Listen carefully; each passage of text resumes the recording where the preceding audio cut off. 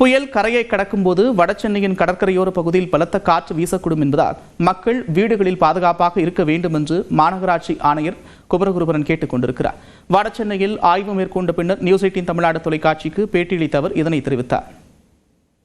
பெருசா water stagnation complaints வந்தாலுமே ஒரு ஃபியூ ஹவர்ஸ் எடுக்கிற மாதிரி தான் இருந்துச்சு. ஒரு கம்ப்ளீட்டா மருண்டு உள்ள யாரும் மக்களே போக முடியல, அந்த மாதிரி கம்ப்ளைண்ட்ஸ் ஆர் நாட் பெருசா அந்த வரல. ரெயினும் வி எக்ஸ்பெக்ட் மோர் ரெயின். இன்னும் ஆக்சுவலா அந்த கொஞ்சம் மழை எதிர்பார்த்த அளவுக்கு ரெயின் நமக்கு இல்லை. பட் ப்ரிகாஷன்ஸ் நிறையவே பண்ணிருந்தோம். எண்ணூர் அண்ட் காட்டுப்பள்ளி இந்த பெல்ட்டில் கொஞ்சம் விண்ட் மூவ்மெண்ட் அதிகமாக இருக்கும். ஸோ பேனர்ஸ் ஹோர்டிங்ஸ் அது செக்அப் பண்ண பணத்தில் இருக்கும். மேபி மிட் நைட்டில் கொஞ்சம் விண்ட் ஜாஸ்தியாக இருக்கலாம்னு சொல்கிறாங்க. Better to be in a safer location. We can takes be இந்த ஒரு வீட்டுக்குள்ளேயே கொஞ்சம் சேஃபாக இருந்தால் பெட்டராக இருக்கும்.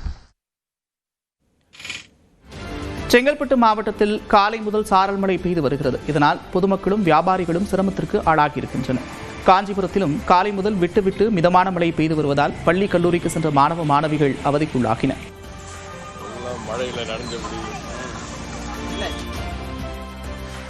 சென்னை சூளைமேட்டில் குடியிருப்பு பகுதிகளில் குளம் போல மழைநீர் தேங்கியிருக்கிறது. இதனால் அத்தியாவசிய தேவைக்காக வெளியே செல்லும் மக்கள் அவதிக்கு ஆளாகின்றனர்.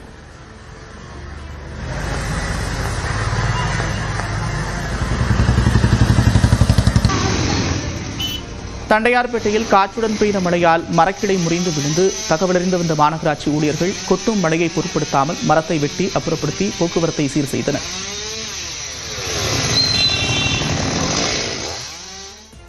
இதனிடையே திருவள்ளூர் மாவட்டம் அத்திப்பட்டு புறநகர் குடியிருப்பு பகுதிகளில் மழைநீர் சூழ்ந்திருக்கிறது. வீடுகளுக்குள் தண்ணீர் புகுந்ததால் மக்கள் அவதியடைகின்றனர். இதனையடுத்து மோட்டார் மூலம் தண்ணீரை வெளியேற்றும் பணி நடைபெற்று வருகிறது.